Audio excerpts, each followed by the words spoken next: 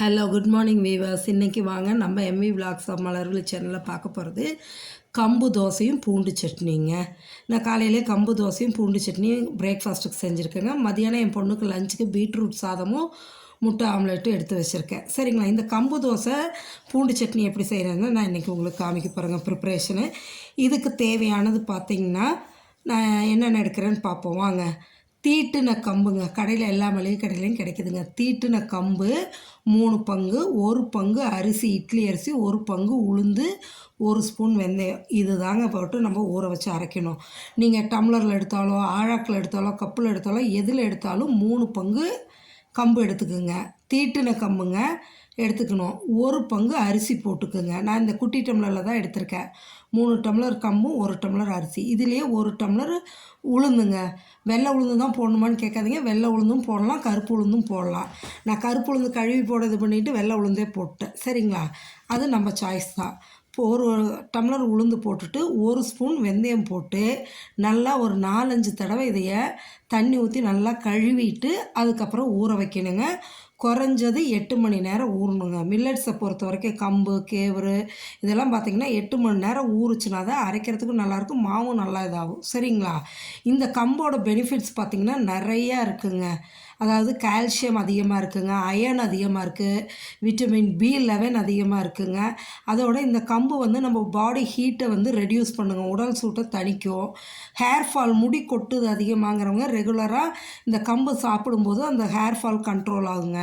இந்தமாரி நிறையா பெனிஃபிட்ஸ் இருக்குது. அதெல்லாம் நம்ம ஒன்று ஒன்றா சொல்லிகிட்டே இருக்கலாங்க இதைய. சரிங்களா, அதனால் முடிஞ்ச அளவு வந்து நம்ம ரெகுலராக நம்மளோட ரெகுலர் ஃபுட்டில் இதை எடுத்துக்கலாம். இப்போ 8 மணி நேரம் கழித்து பார்த்திங்கன்னா நல்லா ஊறிடுச்சுங்க. கம்பு அரிசி உளுந்து வெந்தயம்லாம் நல்லா ஊறிடுச்சு. கிரைண்டரை கழுவி நம்ம இப்போ கிரைண்டரில் போட்டு அரைச்சி எடுத்துருவோங்க. இது ரொம்ப நேரம்லாம் ஆகாதுங்க அரைக்கிறதுக்கு, 10 நிமிஷங்க சூப்பராக மாவாயிடும், அரைஞ்சி வந்துடும். சரிங்களா, போட்டு அரைச்சி எடுத்துடலாங்க. இது வந்து ரொம்ப அதாவது நைஸாக அரைச்சி எடுத்துட்டோம்னா தோசை ஊற்றிக்கலாங்க. அதுக்கு முன்னாடி நான் இன்றைக்கி தோசைக்கு தான் அரைக்கிறேன் நல்லா நைஸாக. பார்த்திங்களா, இதே ஒரு 3 to 4 மினிட்ஸ் பிஃபோர் எடுத்திங்கன்னா கொஞ்சம் கொரகொரப்பாக இருக்கும். அப்படி எடுத்தால் நம்ம இட்லி ஊற்றிக்கலாம். நான் இன்றைக்கி நைஸாக அரைச்சிட்டேங்க தோசைக்காக. சரிங்களா, இப்போ காலையில் ஊற வச்சு சாயங்காலம் அரைக்கிறோம். ஓவர் நைட் இது வந்து ஃபர்மெண்ட் ஆகணுங்க. அப்போ தான் காலையில் நல்லா மாவு பொங்கி வரும்போது நம்மளுக்கு காலையில் தோசை ஊற்ற நல்லாயிருக்கும். அதனால் இப்போ நான் சாயங்காலம் மாவெல்லாம் எடுத்து அரைச்சி வச்சுட்டேங்க. இதுக்கு தேவையான அளவு உப்பையும் போட்டு நல்லா கையாலே நல்லா கலக்கி விடுங்க. மாவை கலக்கி விட்டு மூடி வச்சுருங்க. ஓவர் நைட் அது ஃபர்மெண்ட் ஆகட்டும். காலையில் மாவு எப்படி பொங்கி வந்திருக்குன்னு நான் உங்களுக்கு காமிக்கிறேன் பாருங்களேன். இந்த கட்டாயம் இந்த கம்பெல்லாம் நம்ம ரெகுலராக கம்பு ராகி சோளம் இதெல்லாம் தினை குதிரைவாளி சாமை இதெல்லாம் சேர்த்துக்கணுங்க. சரிங்களா, இதை பாருங்கள் இப்போ காலையில் எடுத்தாச்சு. எந்த அளவு மாவு வந்து ப்ளஃபியாக பொங்கி வந்திருக்கு பார்த்திங்களா.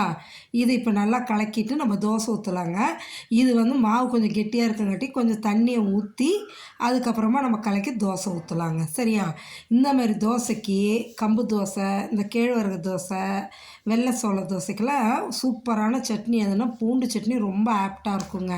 நான் அதனால் இன்றைக்கி இதுக்கு பூண்டு சட்னி தான் செய்ய போகிறேங்க. நல்லா ஒரு 3 கட்டி பூண்டு உரிச்சிட்டு அதோட நான் அரைக்கிற ஸ்டைல் 2-3 மெத்தடில் பூண்டு சட்னி செய்வேங்க. இன்றைக்கி இந்த மெத்தட் நான் உங்களுக்கு காமிக்கிறேன். இது சூப்பராக இருக்கும், நீங்களும் ட்ரை பண்ணி பாருங்களேன். அவ்வளோ நல்லாயிருக்கும் இந்த தோசையும் சட்னியும். சரிங்களா, இப்போ அப்படியே ஒரு பக்கம் பாருங்கள், தோசையை ஊற்றியாச்சுங்க. மாவு நல்லா எந்த அளவு முருகலாக வேணுமோ மெலிசாவும் ஊற்றிக்கலாம், மொத்தமாகவும் ஊற்றிக்கலாம், அது நம்ம இதுங்க. ஒரு பக்கம் நல்லா வெந்துருச்சு. அப்படியே திருப்பி போட்டிங்கன்னா அடுத்தாப்புலேயே வெந்துடும். சீக்கிரம் நம்ம எடுத்து சுட சுட அந்த கம்பு தோசையும் இந்த பூண்டு சட்னியும் சாப்பிடும்போது அவ்வளோ டேஸ்ட்டாக இருக்குங்க. சரிங்களா, இப்போ இந்த தோசையை எடுத்துகிட்டு நம்ம சட்னிக்கு போயிடலாங்க. சட்னி ரெடி பண்ணுறத பார்த்துக்கலாம். பாருங்கள் சூப்பராக வெந்துச்சுங்களா இந்த தோசை. அவ்வளோதாங்க, கம்பு தோசை ரெடி ஆகிடுச்சு. இப்போ நம்ம சட்னிக்கு வந்துடலாம். பாருங்கள் 2 தக்காளி கழுவி எடுத்து வச்சுருக்கோம், அதை நறுக்கி தான் போட போகிறோம். இந்த பூண்டும் வரமிளகாயும் போட்டு வதக்குறோங்க. இந்த சட்னியை பொறுத்த வரைக்கும் நம்மளுக்கு நல்லெண்ணெய் தான் பெஸ்ட்டுங்க. நல்லெண்ணெய் ஒரு 3 ஸ்பூன் ஊற்றி அந்த 3 கட்டி பூண்டு உரித்து வச்சுருக்கிறதையும் எடுத்து போட்டு 4 மிளகாயும் போட்டு வதக்குங்க. அதோட தக்காளியும் போட்டு நறுக்கி வதக்கிடுங்க. வதக்கிறது வந்து மீடியம் ஃப்ளேமில் வச்சு வதக்குங்க. ஃபுல் ஃப்ளேம் வச்சிங்கன்னா கருகிடும். மீடியம் ஃப்ளேம் வச்சு வதக்கும்போது பொறுமையாக நல்லா வதங்கி வருங்க. பாருங்கள் இந்த அளவு வதங்கி வரணுங்க, அப்போ தான் சட்னி டேஸ்ட் நல்லாயிருக்கும்.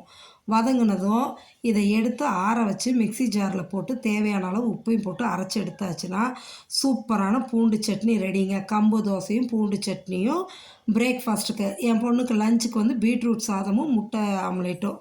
வாங்க எல்லோரும் சாப்பிட்லாம். நீங்களும் இதேமாரி செஞ்சு சாப்பிட்டு பார்த்துட்டு எப்படி இருக்குன்னு கமெண்ட் செக்ஷனில் மறக்காமல் சொல்லுங்கள். நம்ம சேனலை சப்ஸ்கிரைப் பண்ணுங்கள். சப்ஸ்கிரைப் பண்ணாமல் இருக்கிறவங்க தயவுசெய்து சப்ஸ்கிரைப் பண்ணுங்கள், லைக் பண்ணுங்கள், ஷேர் பண்ணுங்கள். Okay, thank you viewers.